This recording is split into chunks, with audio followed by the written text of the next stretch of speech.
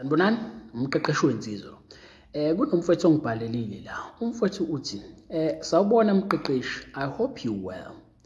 Well, I'm so well, brother. Actually, I'm supercalifragilisticexpialidocious. So-ke, uthi mfowethu ngisacela ukubuza. Okay, so bafo kukhona enye intombi ngiyayifuna.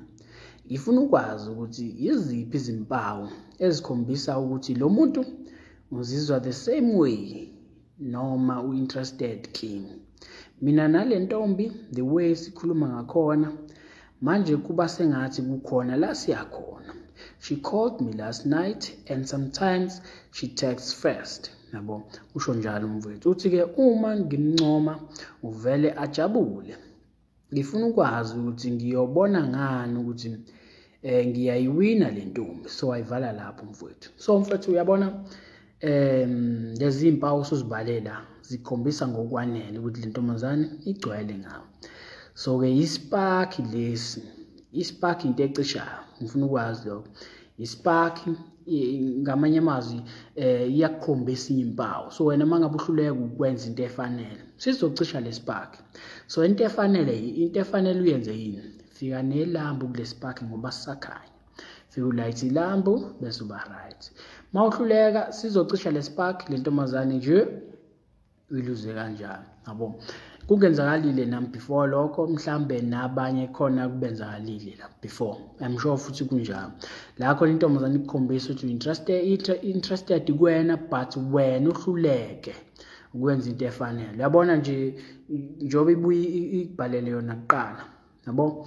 Isanenkulu ukuthi umuntu ugcwele ngawo. So wena mangabe uhluleka ukwenza ngendlela efanele uzokujaha ugxile efonini, ungahleli usulokuthi nibonane nayo intombazane. Kuzophela konke emoyeni.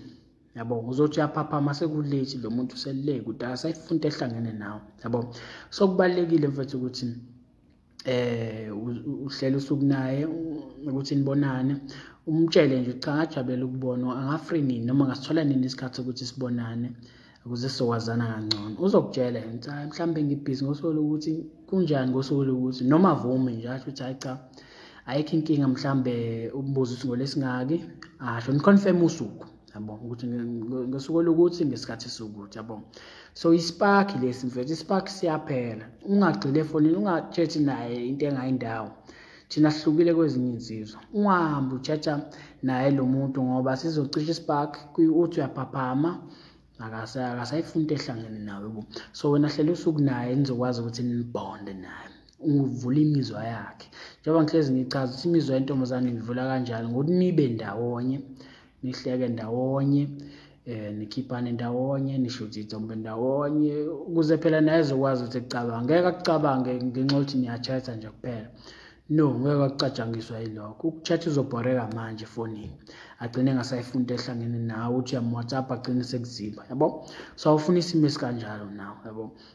So ingakho ngithi hlela usuku naye nibonane, wenze ngendlela efanele njengoba ngichaza. So ispark lesi, ungasiyeki le spark isicishe. Fika nelambu wena, fika ulayithe ilambu kukhanya. Yabo. So yona into ekumele uyenze le. Yabo. Lama sign akukhombisa wona anele lo muntu ukuthi ugcwele ngawo. Intombazane engagcwele ngawe ngeke izikutext eqala, ngeke izikwenzele lutho nje. Ngaba irespond kwakurespond kuwena. Yabo. So nje enze njalo mfethu ngoba mawudlala kancane wenzisa okwe-teenage elingazi lutho ngothando ukuthi kwenziwa kanjani.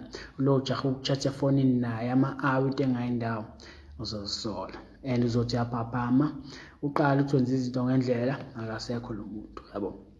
So ispark siyacisha. Layithe ilambu singakacishi. Sure mfethu.